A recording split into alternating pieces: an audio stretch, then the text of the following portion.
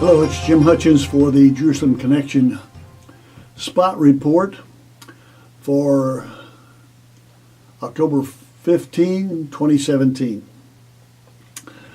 Well, last week the president decertified Iran.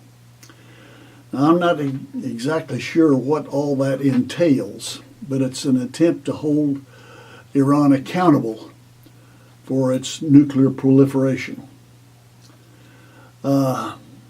We'll have to wait and see exactly how that develops and how Iran responds. There's an article this past week by Elliot Abrams. Elliot Abrams is a senior fellow for Middle East Studies at the Council on Foreign Relations. I want to just read some excerpts from his article. He says, while we have been debating, Iran has been acting. He said Israel has been reacting. Israel has struck weapons convoys in Syria 100 times in the last 5 years, bombing when it saw an Iranian effort to move advanced weapons to Hezbollah in Lebanon. Now there are reports that Iran is planning to build a military airfield near Damascus in Syria, where the Revolutionary Guard of Iran, Revolutionary Guards, could build up their presence and operate. That Iran and President Bashar Assad's regime are negotiating giving Iran its own naval pier in the port of Tartus, and that Iran may actually deploy a division of soldiers in Iran or in Syria. And such developments would be unacceptable to Israel. And it will convey this message to Russia and to the United States.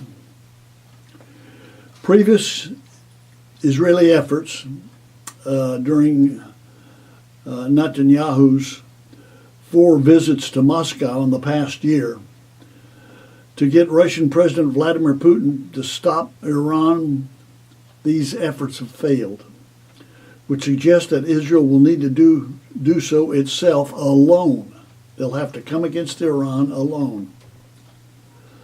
Unless the new Iran policy being debated by the President Trump administration leads the United States to seek ways to stop the steady expansion of Iran's military presence and influence in the Middle East. Whatever the American conclusion, Abrams says, if Iran does indeed plan to establish a large and permanent military front in Syria, complete with permanent naval and air bases and a major ground force, if that's the case, Israel will have fateful decisions to make. Such an Iranian presence in the Mediterranean and on Israel's borders would change the military balance in the region and fundamentally change Israel's security situation.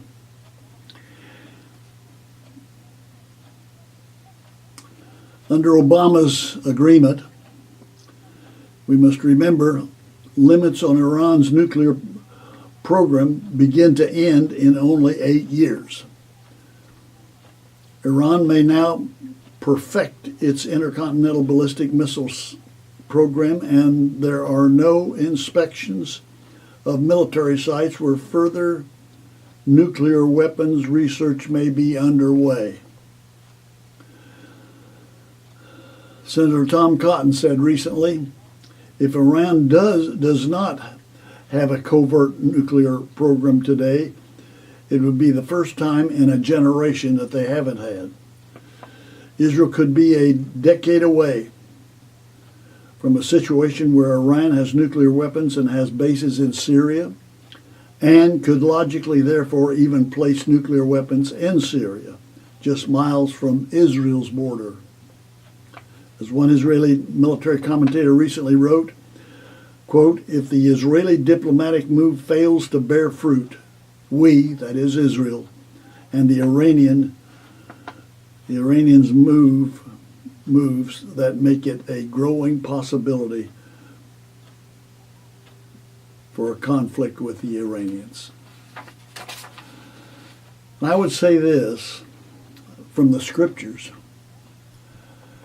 We are simply prolonging the inevitable. There will be a conflict with Iran. I think the scriptures refer to that. It's going to get worse before it gets better, folks. Zechariah says this in Zechariah chapter 12.